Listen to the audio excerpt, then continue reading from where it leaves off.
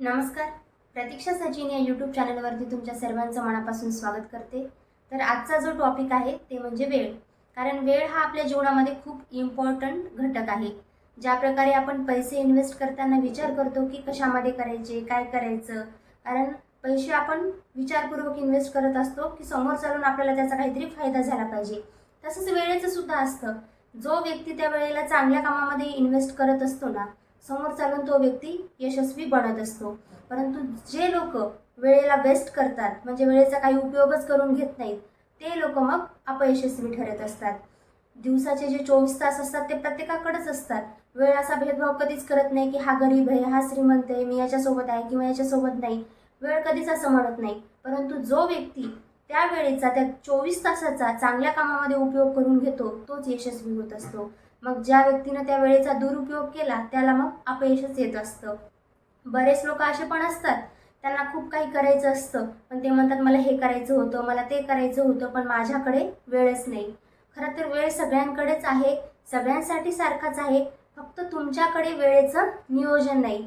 ज्या व्यक्तीकडे वेळेचं नियोजन असतं ते मग यशस्वी ठरत असतात. जेवढे काही सक्सेसफुल लोक असतात ना, त्यांचं बघा एक वेळेचं नियोजन असते की या वेळेमध्ये हे करायचं, त्या वेळेमध्ये ते करायचं. म्हणजे वेळेनुसारच ते प्रत्येक कामं करत असतात. त्याचप्रकारे आपण सुद्धा आपलं प्रत्येक काम, आपलं खाणं, झोपणं, पिणं, ह्या प्रत्येक गोष्टी ज्या असतात ना, त्या वेळेमध्ये केल्या पाहिजे.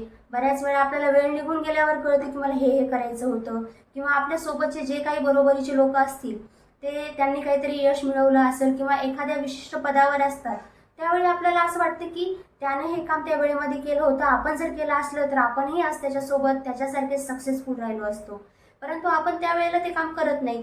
त्यावेळेला मग आपल्यामध्ये आळस भरलेला असतो, किंवा मग आपण इतर लोकांचा विचार करतो की मी हे केलं, ते केलं, मला लोक काय म्हणतील, हसतील. परंतु समोरचा किंवा आपल्यासोबतचा व्यक्ती जर यशस्वी झाला ना, तेव्हा आपल्याला वाटतं की आपण त्या वेळेमध्ये हे करायला पाहिजे होतं. त्यामुळे आपण वेळेचा योग्य उपयोग घेतला पाहिजे. आपल्या आयुष्यामध्ये प्रत्येक सेकंद, प्रत्येक मिनिट हा खूप खूप इम्पॉर्टंट असतो. याचंच उदाहरण सांगण्यासाठी मी तुम्हाला एक गोष्ट सांगते. राम आणि श्याम हे दोघे मित्र असतात. म्हणजे राम जे असतो ना, ते प्रत्येक काम त्याचं वेळेनुसार असायचं. म्हणजे त्याचं एक वेळापत्रकच राहायचं की या कामात हे करायचं, ते करायचं.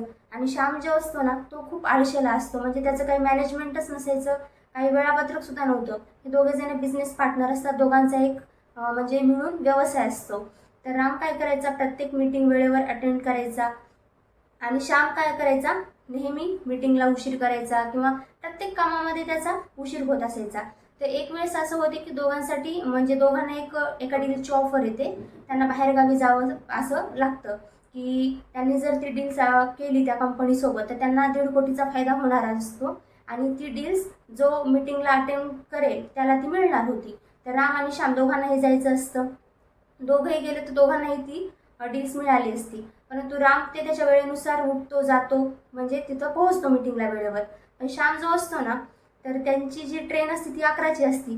तर श्यामला नेहमीप्रमाणे म्हणजे झोपेतून उशिरा उठायची सवय असते. 8ला 9ला असं उठायचा तो. तर त्याही दिवशी राम त्याला फोन करून सांगतो तरी सुद्धा की आपली मीटिंग आहे, आपल्याला जायचं आहे, 11 वाजता आपली ट्रेन आहे, तू लवकर तयार हो, उशीर नको करू. ह्या प्रत्येक गोष्टी राम त्याला फोन करून सांगत असतो. परंतु श्यामला काय वाटायचं, 9 वाजलेले होते तर श्यामला काय वाटायचं की ठीक आहे, 11ला ट्रेन आहे, 9 तर वाजलेत. म्हणजे तो हळूहळू त्याची कामे आवरत होता. परंतु त्याची कामे आवरत आवरत त्याला 10 घरीच वाजतात. मग 10 वाजता तो घरातून बाहेर पडतो रेल्वे स्टेशनला जाण्यासाठी. तर जाताना वाटेमध्ये तो एका ट्रॅफिकमध्ये अडकतो. ट्रॅफिकमध्ये त्याचा तिथं अर्धा तास जातो, 10:30 वाजतात.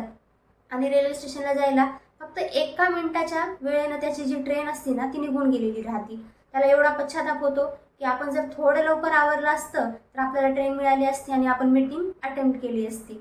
परंतु श्याम त्याच्या त्या आळसामुळं त्या मीटिंगला पोहोचू शकत नाही. आणि राम जो असतो ना, तो वेळेमध्ये तिथं जातो, त्याला ट्रेन मिळती, मीटिंग अटेम्प्ट करतो आणि ती जी डील्स होती ती रामला मिळते आणि श्यामला मिळत नाही. का मिळत नाही, कारण याच्यामध्ये आळस होता. म्हणजे एक वेळेचं जे नियोजन होतं ना, ते श्यामकडे नव्हतं. त्यामुळे आपण कोणतंही काम करत असताना वेळेचं नियोजन केलं पाहिजे की या वेळेमध्ये मी हे करायचं, त्या वेळेमध्ये मी ते करायचं. आणि वेळ जो असतो ना, ते आपल्या जीवनामध्ये औषधासारखं काम करतं. त्यामुळे जास्तीत जास्त वेळ असतो ना, तो स्वतःवर खर्च करायला शिका.